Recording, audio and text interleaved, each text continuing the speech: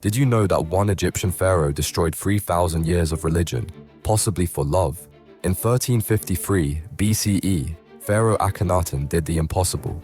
He banned over 2,000 gods that Egyptians had worshipped for millennia. He closed every single temple across the empire. Only one god could be worshipped now, the sun disk Aten.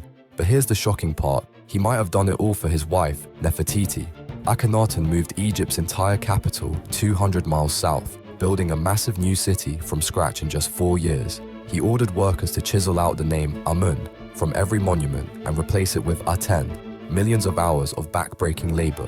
Modern scholars believe Nefertiti was the real power behind this revolution, making her possibly the first woman to completely reshape a civilization's spiritual foundation. But when Akhenaten died, his son Tutankhamun immediately restored the old gods and systematically destroyed every trace of his father's radical experiment.